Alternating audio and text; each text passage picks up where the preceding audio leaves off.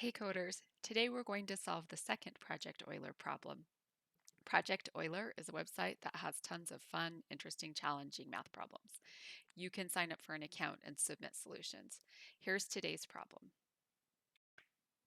Each new term in the Fibonacci sequence is generated by adding the previous two terms.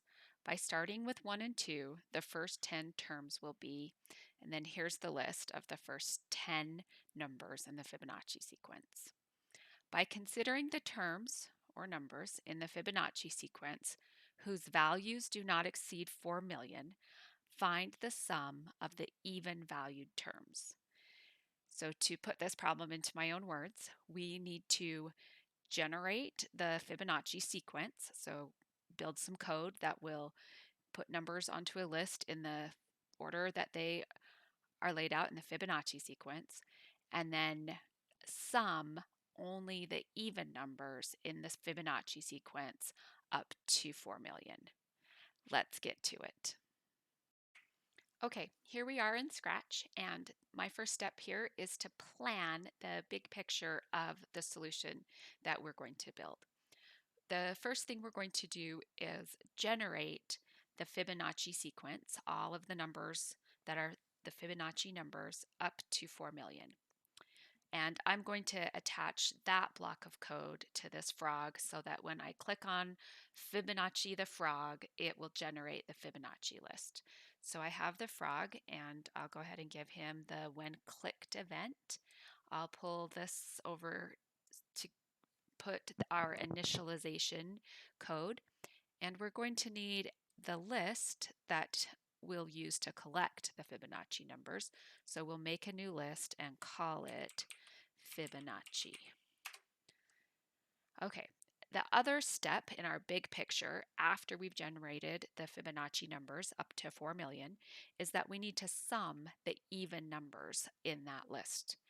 And to do that, I'm going to bring in from the backpack, I have already put my code from the first problem Euler that also involved summing everything on a list, and that was all attached to an elephant sprite. So I've brought that sprite over in the backpack, and I'll use the elephant again to sum the numbers from the list. Although we will have to modify this code that came with him, we'll have to add some code that checks to make sure that we're only adding even numbers. Since that's what's given to us in this problem, we'll have to add a little bit of a modification to this code. So we have our big picture, we have our plan. So let's get started. To generate the Fibonacci numbers, we need two variables. We're going to call these two variables front and back. And I'm going to set them right up here. And when we start out, we'll set the back number to 1, and we'll set the front number to 2. So let's put those into our initialization flag. And we're going to jump over to a different look at Fibonacci so that we can understand the model of how our code needs to look that we attach to the frog. This is the model that I'm imagining and thinking about as I build the loop that we'll attach to the frog to generate the Fibonacci sequence. So I'm imagining a platform that has a back number and a front number, and it's sliding along this box that's our list. So as we build the loop, the first step is we will drop that back number onto the list. So that will be our first line of code in the loop. Add the variable that we've called back to the Fibonacci list. Then we have to update both the back and front numbers before we loop again. The back number is going to become the front number. You could kind of imagine it like the front number sliding to the back, and then it will be on deck to be the next number to be dropped down onto the list. But we also have to update the front number. And in all kinds of coding languages, this is often a problem that students work through to figure out how to generate the Fibonacci sequence, because this part right here can be a little bit tricky. Since we are collecting our numbers on this list, we can use the most recently added number, that 1, to figure out what our new front number is. And it's going to be the number that's now our back number plus the last number added to the list. So here's our complete loop. First, we dropped the back number, which was 1, down onto the list, and then we updated both our back and front numbers on this platform. And now we can loop through this multiple times. And I like to think of it as the platform is sliding. So think about what's going to happen when we go through this complete loop the next time. The 2 will drop down onto the list, and then that 3 that's in front right now will slide to the back, and the new front will become the sum of 1 plus 2. And then this whole process happens again and again, and we are generating the Fibonacci sequence with this code. So now we're going to jump back over and attach and make this into code in Scratch.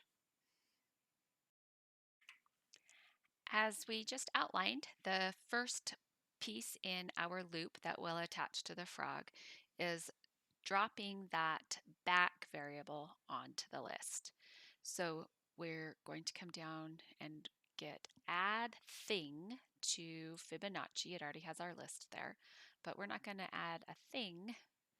We're going to add the variable that we're calling back. Then after we've dropped that variable onto the list, we need to update both back and front. So back gets set to front.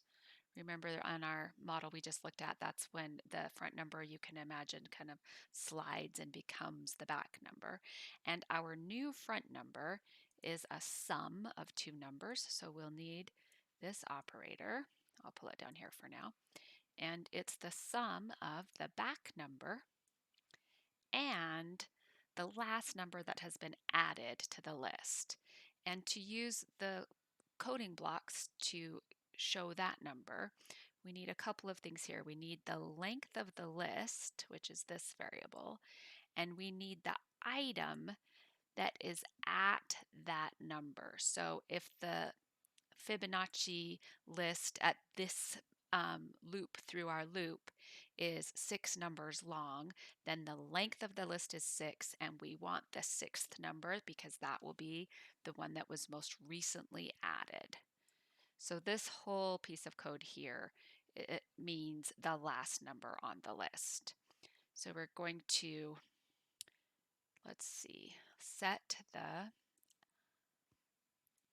front number this time to this sum right here. So let's just click on our frog a couple of times and see if this code is working. Fantastic. He's doing it. He's generating the Fibonacci numbers. So now I'm going to pull all this down and add a repeating block, because we need to repeat this same code until a condition is met. And the condition that we'll want is when this back number is greater than 4 million, because we don't want to drop it onto the list if it's greater than 4 million. So we'll stop the loop when that's true. So back to the operator, and we'll grab this greater than, and let's see, that's actually the less than. Let's pull them both over. So when our variable called back is greater than 4 million, then we stop generating these numbers, and we have all of the Fibonacci's that we need for this problem. And I also see that I need to add the delete everything on my list, delete all of Fibonacci when I'm starting my code over again. Okay, so now I'm hoping that we get all the Fibonacci's up to 4 million. So let's make sure that our last number is not more than 4 million, and I'm assuming that it's a number that's in the 3 millions. Okay, so we have now done the first part of this solution. We have generated the Fibonacci numbers. And next, we will go over to the elephant and sum the even numbers in that Fibonacci list. So we imported this from a different solution, the solution to the first Euler problem. So we're going to need to change just a few things. We're going to not be summing the numbers to add. That was the list in that other problem. We need to change this to Fibonacci. And this one as well. And we need to add that condition into this problem where we're checking if each one of these numbers is a even number before we add it. So we're going to add this if statement just to that first block.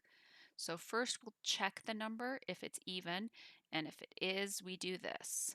And if it's not, then we just continue on outside of this if block. So to check if the number that we're on is even, we'll get the number by doing this item at our index variable. And if you'll notice, we have now the index and sums. Those variables just came imported along with the elephant and all of his code. And what we want to check in our if block is if the mod 2 equals 0. Mod 2 means if when we divide by 2, when we divide the item at the index number that we're checking, if we divide it by 2 and it equals 0, then it's an even number. Oops, we need to leave the mod at 2, and we want it to be 0 to show that it's an even number. So let's run a test with these by changing the numbers that we're going up to 20, because we can add those even numbers in our head. And that would be 2 plus 8, and the sum should be 10. So it looks like he's doing the coding, the code is working. He's summing only the even numbers, our elephant. So our if condition appears to be working. So now let's go ahead and do it all the way up to, oh, one more thing. Let me zoom out just a bit.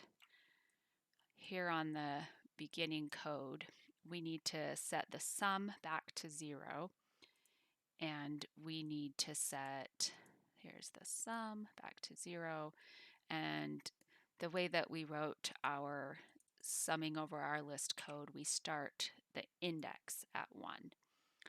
So now when we reset everything, we get back to our initial variables that we need for everything. So we're going to go up to 4 million and see what our solution is. There we go.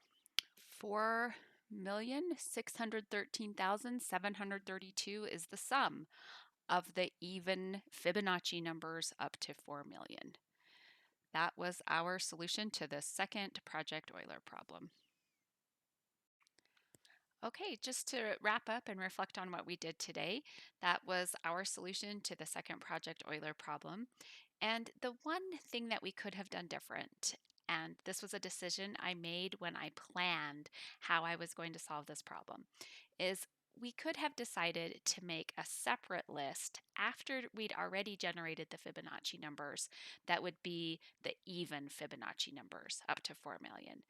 Instead, in this solution, we just checked to see if the numbers were even as we were adding them. Either way would have been a great solution to this problem. Either way would have worked. And the one time that I maybe would consider doing it the other way is if my code wasn't working and I couldn't figure out why. I would want to take a step back and do things in a little bit smaller steps instead of combining things into one step. But I think it worked okay for our solution today, and I hope you had a great time coding along with me. Um, don't forget to like and subscribe, and I'll see you next time.